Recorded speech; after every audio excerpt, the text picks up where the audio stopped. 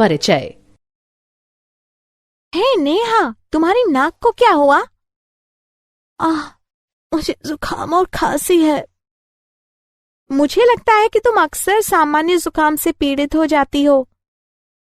हाँ, लगभग हर 2 महीने में जुकाम से पीड़ित किसी व्यक्ति की समीपता से मुझे तुरंत जुकाम हो जाता है। यदि तुम्हें इतनी आसानी से संक्रमण हो जाता है तो इसका अर्थ है कि तुम्हारी प्रतिरक्षी क्षमता बहुत कमजोर है। सच में? तो मुझे क्या करना चाहिए? तुम्हें ऐसा भोजन और दवाएं लेनी चाहिए जो संक्रमणों से सामना करने के लिए तुम्हारी प्रतिरक्षी क्षमता बढ़ाने में मदद करें। ठीक है। मैं तुम्हें समझाती हूं कि प्रतिरक्षी क्षमता क्या होती है और यह संक्रमणों से कैसे लड़ती है।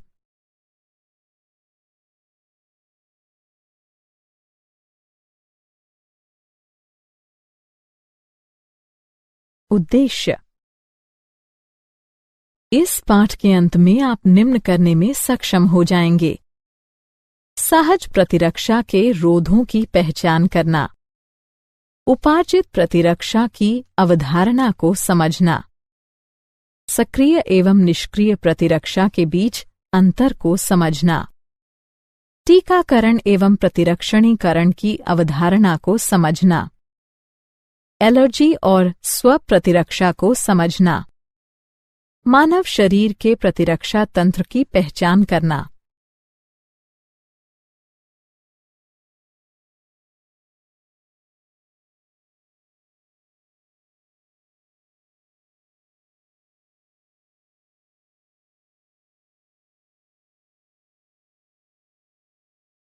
प्रतिरक्षा। प्रतिरक्षा क्या है? परपोषी की रोगकारक जीवों से लड़ने की समस्त क्षमता जो उसे प्रतिरक्षी तंत्र के कारण मिली है, प्रतिरक्षा कहलाती है। प्रतिरक्षा के प्रकार। प्रतिरक्षा 2 प्रकार की होती है, सहज प्रतिरक्षा और उपार्जित प्रतिरक्षा। सहज प्रतिरक्षा। सहज प्रतिरक्षा वह प्रतिरक्षा होती है जो व्यक्ति की प्राकृतिक जैविक रचना के परिणाम स्वरूप प्राकृतिक रूप से उत्पन्न होती है। सहज प्रतिरक्षा हमारे शरीर में बाह्य कारकों के प्रवेश के सामने विभिन्न अवरोध खड़े करने से हासिल होती है।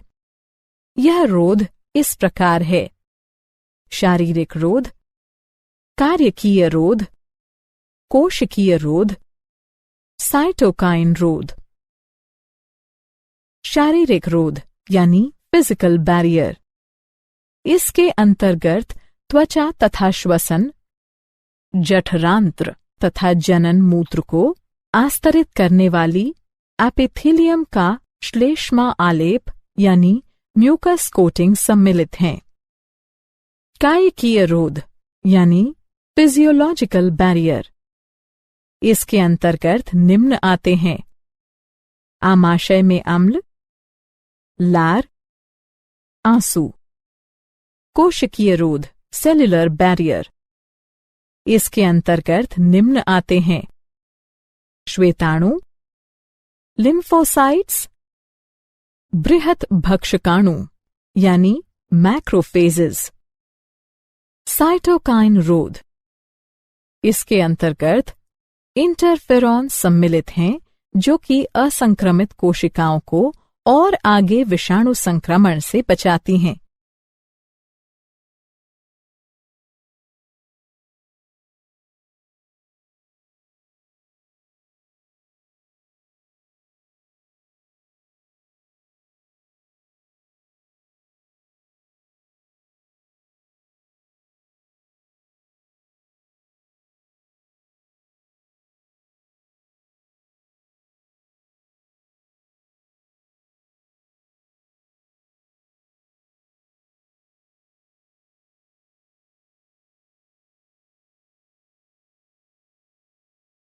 उपार्जित प्रतिरक्षा।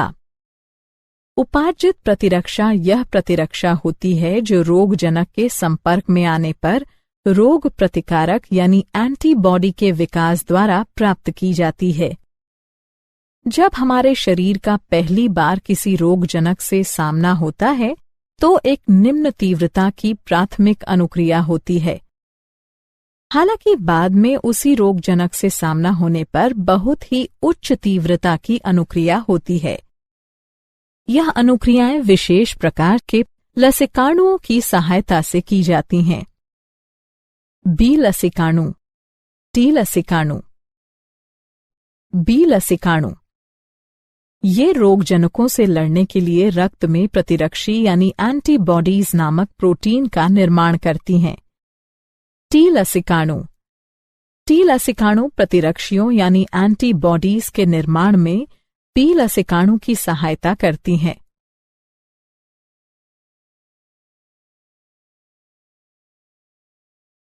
प्रतिरक्षी यानी एंटीबॉडी।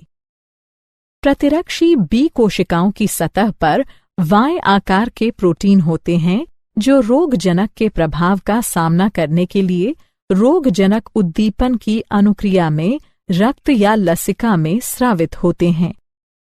हमारे शरीर में विभिन्न प्रकार के प्रतिरक्षी होते हैं जैसे IgA, IgM, IgE, IgG इत्यादि।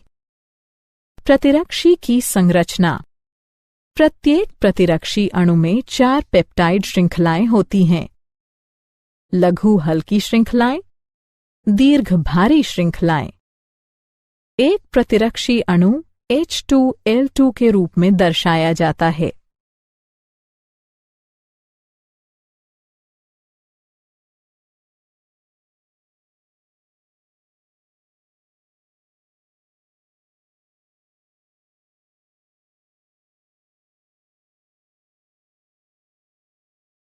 प्रतिरक्षी अनुक्रियाओं के प्रकार। हमारे शरीर में 2 प्रकार की प्रतिरक्षा अनुक्रियाएं होती हैं। तरल प्रतिरक्षा अनुक्रिया। यह प्रतिरक्षा अनुक्रिया बी कोशिकाओं के द्वारा रक्त में प्रतिरक्षी के उत्पादन के द्वारा माध्यित की जाती है। कोशिका माध्यित प्रतिरक्षा अनुक्रिया।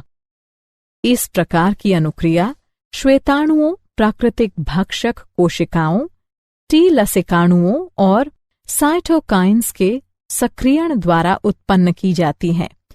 इस प्रकार की अनुक्रिया टी लसिकाणुओं द्वारा माध्यित की जाती है।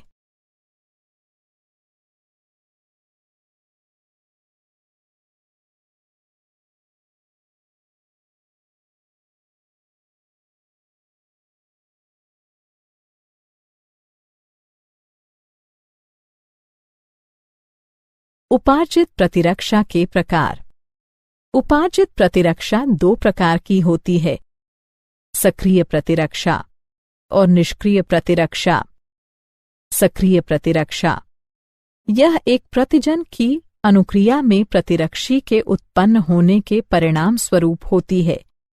निष्क्रिय प्रतिरक्षा जब पहले से तैयार प्रतिरक्षी सीधे ही शरीर के बाह्य तत्वों से रक्षा के लिए दिए जाते हैं तो यह निष्क्रिय प्रतिरक्षा कहलाती है। सक्रिय और निष्क्रिय प्रतिरक्षा के उदाहरण। सक्रिय और निष्क्रिय प्रतिरक्षा को प्राकृतिक या कृत्रिम रूप में अर्जित किया जा सकता है।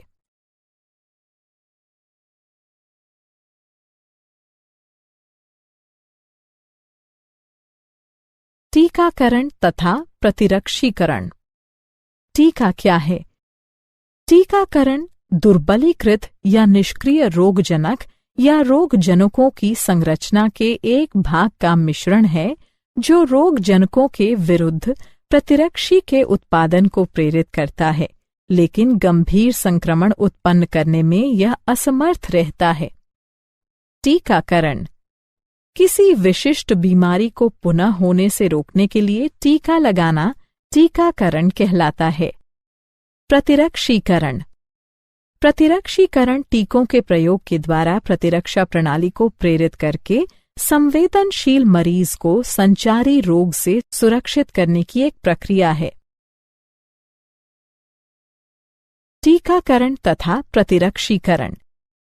टीकाकरण और प्रतिरक्षीकरण की प्रक्रिया में निम्न चरण सम्मिलित होते हैं: रोगजनक या निष्क्रियत या दुर्बलीकृत रोगजनक के प्रतिजनी प्रोटीनों के विरचन को शरीर में प्रवेश कराया जाता है। परिणाम स्वरूप प्रतिजनों के विरुद्ध रोगजनी कारकों को निष्प्रभावी बनाने के लिए प्रतिरक्षी उत्पन्न किए जाते हैं। साथ ही समृद्धि बी और टी कोशिकाएं बनती हैं जो परिवर्ती प्रभावन होने पर रोगजनक को पहचान देती हैं और प्रतिरक्षी के भारी उत्पादन से उन्हें हरा देती हैं। इस प्रकार प्रतिरक्षा प्रणाली की स्मृति शरीर की किसी भी प्रकार के संक्रमण से रक्षा करती है।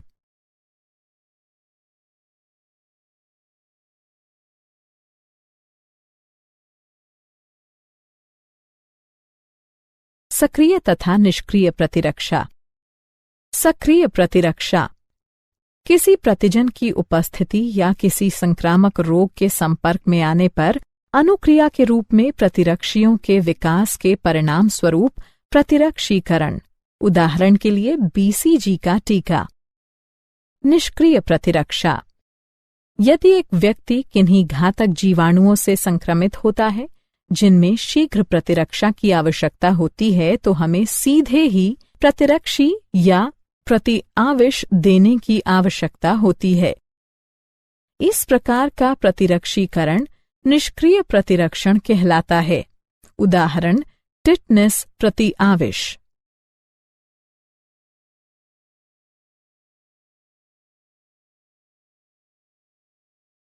एलर्जी पर्यावरण में मौजूद कुछ प्रतिजनों के प्रति प्रतिरक्षा तंत्र की अंतर्रंजित अनुक्रिया एलर्जी कहलाती है। इनके प्रति बनने वाली प्रतिरक्षियां IgE प्रकार की होती हैं। एलर्जन ऐसे पदार्थ जो शरीर के लिए बाह्य होते हैं और एक एलर्जिक अभिक्रिया पैदा करते हैं एलर्जन कहलाते हैं। उदाहरण के लिए धूल में चिचड़ी, पराग, प्राणी लघुशल्क आदि।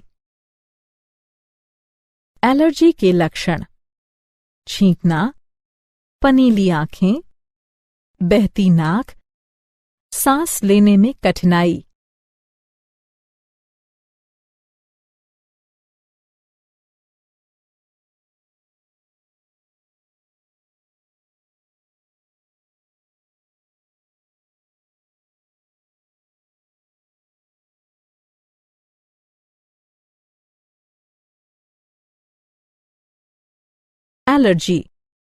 एलर्जी के कारण जब एक व्यक्ति किसी एलर्जन के संपर्क में आता है तो IgE प्रतिरक्षी बनते हैं जो स्वयं को मास्ट कोशिकाओं से जोड़ लेते हैं।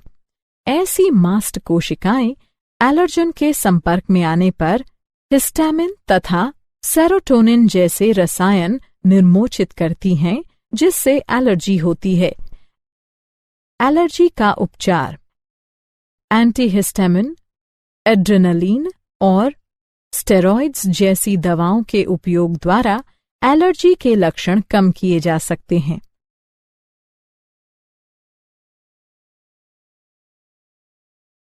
स्वप्रतिरक्षा। स्वप्रतिरक्षा यह एक भ्रमित प्रतिरक्षी अनुक्रिया है जिसमें हमारा शरीर अपने ही ऊतकों के विरुद्ध प्रतिरक्षियों का निर्माण करने लगता है जिससे अति संवेदी अनुक्रियाएं होती हैं। स्वप्रतिरक्षा रोग शरीर की अपनी कोशिकाओं और ऊतकों के प्रति प्रतिरक्षा तंत्र की असामान्य क्रियाविधि के कारण होने वाली कोई बीमारी या क्षति स्वप्रतिरक्षा बीमारी कहलाती है। उदाहरण के लिए माटाइड आर्थराइटिस। लसिकाभ अंग वे अंग जहां लसिकाणुओं की उत्पत्ति और या परिपक्वन और प्रचुरोद्भवन होता है, लसिकाभ अंग कहलाते हैं। लसिकाभ अंग के प्रकार। लसिकाभ अंग दो प्रकार के होते हैं। प्राथमिक लसिकाभ अंग ये वे अंग होते हैं जहां अपरिपक्व लसिकाणु प्रतिजन संवेदी लसिकाणुओं में विभेदित होते हैं। प्राथमिक लसिकाभ अंग इस प्रकार हैं: अस्थिमज्जा, थाइमस। द्वितीयक लसिकाभ अंग।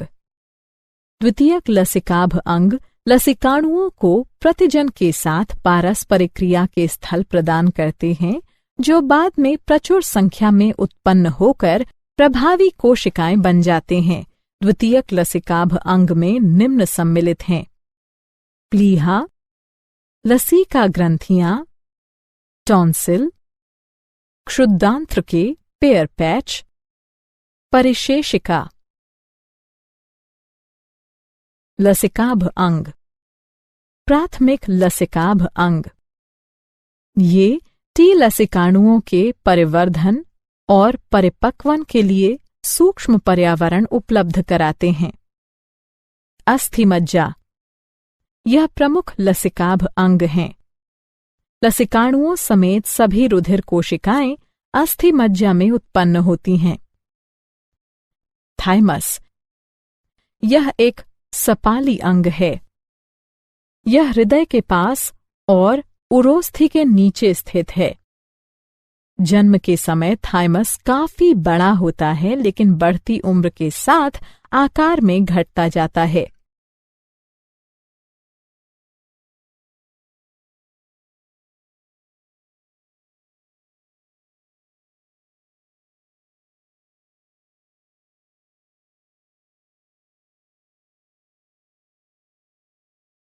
लसिकाभ अंग। द्वितीयक लसिकाभ अंग। प्लीहा। यह सेन की आकृति का अंग है। इसमें लसिकाणु और भक्षकाणु होते हैं। यह रुधिर जनित सूक्ष्म जीवों को अवरुद्ध करके रुधिर निस्यंदक के रूप में कार्य करता है। लसिका ग्रंथियां। ये छोटी ठोस संरचनाएं होती हैं जो लसिका तंत्र पर भिन्न भिन्न स्थलों पर स्थित होती हैं। जो सूक्ष्म जीव या दूसरे प्रतिजन लसिका और ऊतक तरल में आ जाते हैं, वे उन्हें रोक लेती हैं। ये प्रतिजन वहां मौजूद लसिकाणुओं का सक्रियण प्रेरित करती हैं और प्रतिरक्षा अनुक्रिया के लिए उत्तरदायी हैं। मॉल्ट या श्लेष्म संबद्ध लसिकाभ ऊतक। यह मानव शरीर के लसिकाभ ऊतक का लाभ 50% है। यह प्रमुख पथों जैसे श्वसन, पाचन और जनन मूत्र पथ के आस्तरों के भीतर स्थित। क्या आप जानते हैं? पॉलीऑर्थराइटिस, मल्टीपल स्क्लेरोसिस, जार्गन सिंड्रोम इत्यादि स्वप्रतिरक्षा रोगों के उपचार हेतु सूक्ष्म गोलियों या गुटिकाओं के रूप में डायलिकल फ्यूमारेट का उपयोग साइक्लोस्पोरिन के संयोजन में किया जा सकता है। सारांश। आइए हमने जो कुछ सीखा है उसे संक्षेप में दोहराएं। परपोषी की रोगकारक जीवों से लड़ने की समस्त क्षमता जो उसे प्रतिरक्षी तंत्र के कारण मिली है, प्रतिरक्षा कहलाती है। प्रतिरक्षा 2 प्रकार की होती है, सहज और उपार्जित। सहज प्रतिरक्षा शारीरिक, कार्यकीय, कोशिकीय और साइटोकाइन रोध बनाती है। बी और टी लसिकाणु शरीर को उपार्जित प्रतिरक्षा प्रदान करते हैं। यह सक्रिय या निष्क्रिय प्रतिरक्षा हो सकती है। किसी विशिष्ट बीमारी को होने से रोकने के लिए टीका लगाना टीकाकरण कहलाता है। पर्यावरण में मौजूद कुछ प्रतिजनों के प्रति प्रतिरक्षा तंत्र की अतिरंजित अनुक्रिया एलर्जी कहलाती है। शरीर की अपनी कोशिकाओं और ऊतकों के प्रति प्रतिरक्षा तंत्र की असामान्य क्रियाविधि के कारण होने वाली कोई बीमारी या क्षति स्वप्रतिरक्षा बीमारी कहलाती है। वे अंग जहां लसिकाणुओं की उत्पत्ति और या परिपक्वन और प्रचुरोद्भवन होता है, लसिकाभ अंग कहलाते हैं। वे प्राथमिक यानी अस्थि और थाइमस या द्वितीयक जैसे प्लीहा, लसिका ग्रंथियां आदि हो सकती हैं।